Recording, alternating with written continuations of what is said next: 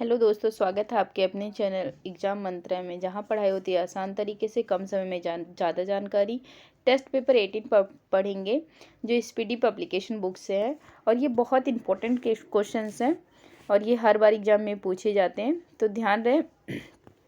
पहला क्वेश्चन है कि यूरेनियम का जो यहाँ पे 92 जो दे रखा है वो एटॉमिक नंबर दे रखा है, परमाणु संख्या का सिंबल जेड होता है, और 238 दे रखा है जिसको हम एटॉमिक मास बोलते हैं, जिसको हम ए से भी इंडिकेट करते हैं, ए से। और यहाँ पे जब भी हमसे न्यूट्रॉनों की संख्या बोलेगा तो ध्यान रहे, न्यूट्रॉनों की संख्या जब भी बोलता है तो हमें न्यूट्रॉन निकालने के लिए एटॉमिक मास में से और परमाणु संख्या को माइनस कर देते, तो एटॉमिक मास 238 है और इसमें से माइनस करोगे तो 146 आ जाएगा। 92 को जब माइनस करेंगे तो आंसर।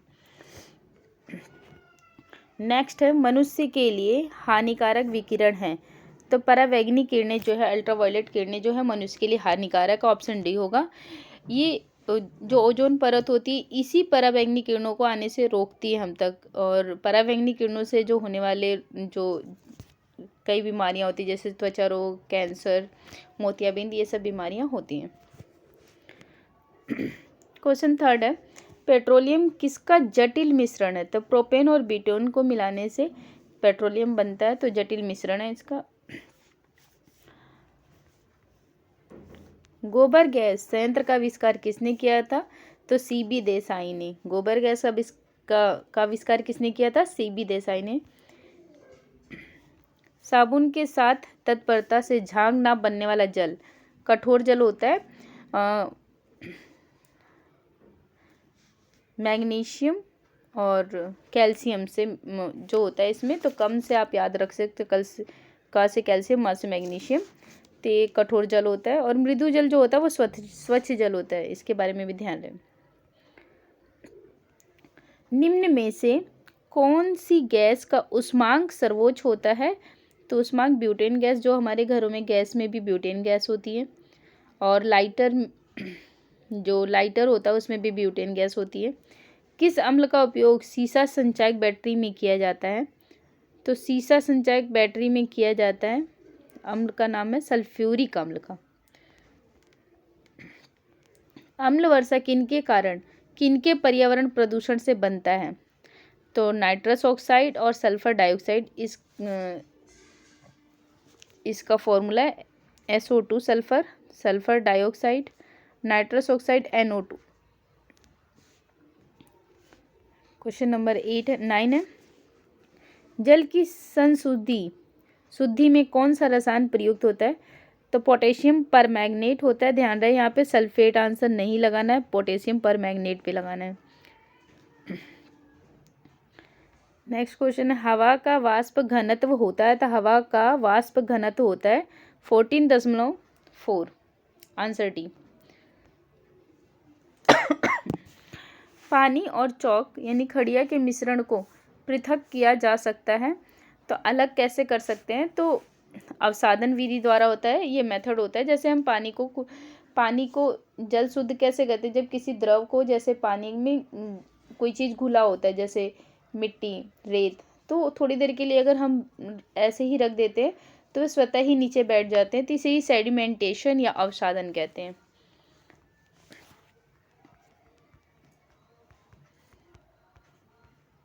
माइका क्या है, माइका एक विद्युत रोधक होता है, कुचालक दे या यहाँ पे वर्ड रोधक भी दे सकता है, विद्युत रोधक, तो माइका होता है। जैसे कि जब प्रेस जो आयरन करते हैं, जिससे प्रेस में भी माइका का यूज़ किया जाता है, क्योंकि प्रेस को मतलब प्रेस करते वक्त हमें करंट ना लग जाए, तो उसमें माइका का यूज़ किया जाता है।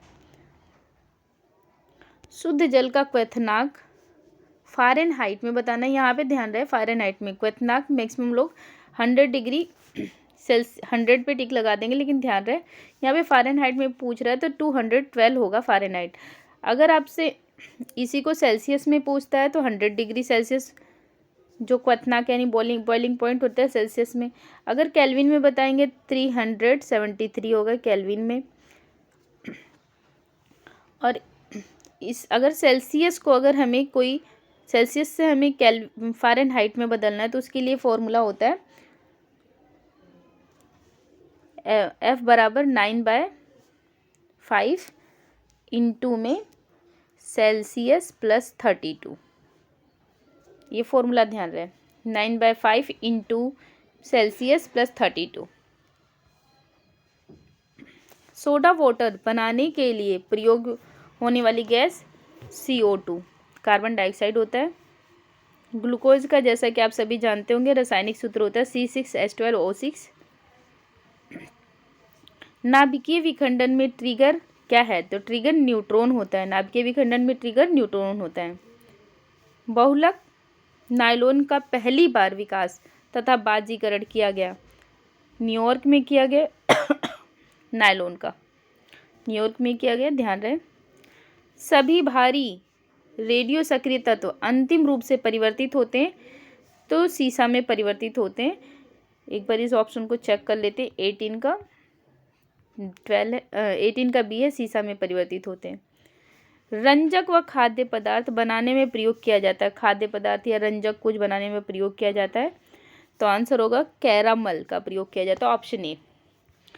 आधुनिक आवर्त सारणी आधारित है तो परमाणु क्रमांक पर आधारित है। क्रमांक की जगह यहाँ पे संख्या भी दे सकता है, तो ये ध्यान रहे, कंफ्यूज नहीं होना, इसमें संख्या भी दे सकते हैं आप।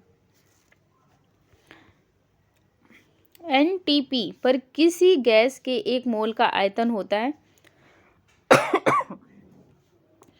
21 का आंसर होगा डी, 22.4 लीटर। NTP पर किसी गैस के 1 मोल का आयतन होता है 22.4 लीटर। अपमार्जक शोधक अभिकर्ता होता है। अपमार्जक है शोधक अभिकर्ता, अपमार्जक शोधक अभिकर्ता है। RDX का पूर्ण रूप क्या है? RDX का पूर्ण रूप यानी फुल फॉर्म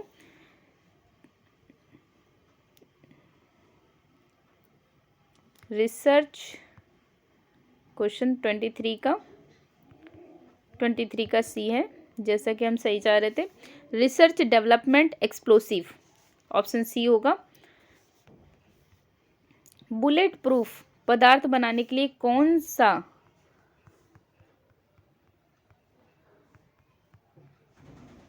बहुलक प्रयुक्त होता है? तो बहुलक प्रयुक्त होता है पॉलीएथिलीन, ऑप्शन 24 का 1 सेकेंड 24 का आंसर यहाँ पे ध्यान रहे।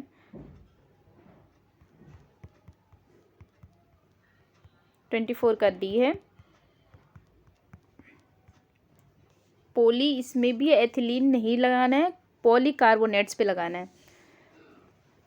जो बुलेट प्रूफ कोई भी पदार्थ बनाते हैं तो उसमें पॉलीकार्बोनेट्स होता है, ऑप्शन डी होगा।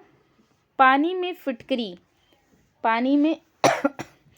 फिटकरी अलम मिलाई जाती है तो इसके लिए इसका आंसर होगा सेडिमेंटेशन की दर को बढ़ाने के लिए। सेडिमेंटेशन यानी अवसादन की दर को बढ़ाने के लिए, क्योंकि जो भी तत्व पदार्थ होते हैं, जो जैसे बालू, ये मिट्टी, ये सब कण भारी हो जाते हैं और नीचे बैठ जाते हैं, तो उसके लिए होता है।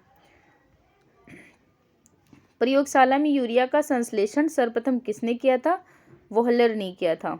यूरिया का संश्लेषण प्रयोगशाला में किसने किया था? वोहलर ने किया था। मिथेनॉल किस नाम से जाना जाता है?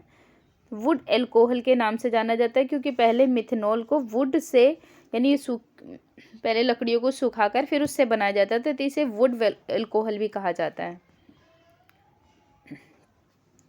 DD का पूर्ण रूप क्या है? DD का पूर्ण रूप है डाइफिनाइल ट्राइक्लोरो इथेन। आप यहाँ पे ध्यान से अगर ऑप्शन में देखेंगे तो सभी में सेम है। यहाँ पे फिनाइल होगा, ये ध्यान रहे, ट्राइक्लोरो सब में दिया हुआ है और लास्ट में इथेन होगा। 28 का आंसर डी है।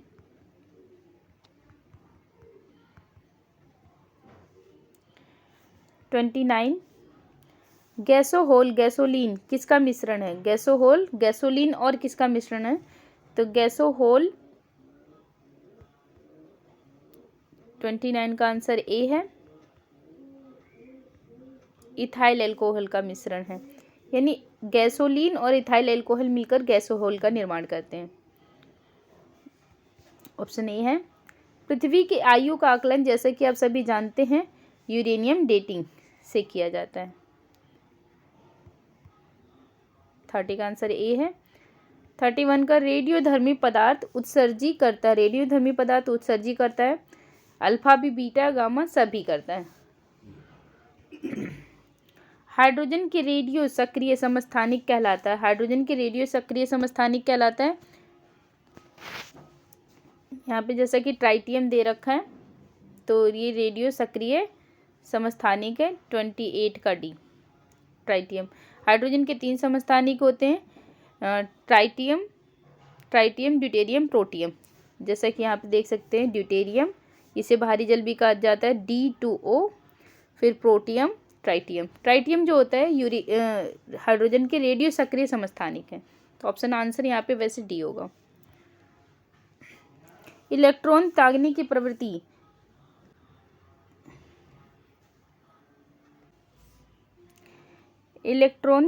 प्रवृत्ति ऑक्सीकरण कहलाती है, जैसा कि ऑप्शन ए था। इलेक्ट्रॉन ग्रहण करने की प्रवृत्ति अवकरण कहलाती है। पीएच मान का निर्धारण किसने किया था? सोरेनसन ने किया था। Option D. उम्मीद करती हूँ आपको ये वीडियो पसंद आया होगा। अगर आपको लगे कि इस वीडियो ने आपकी थोड़ी भी मदद की है तो वीडियो को लाइक करें और चैनल को ज़रूर सब्सक्राइब करें। आपका सपोर्ट ही हमारी प्रेरणा है। धन्यवाद।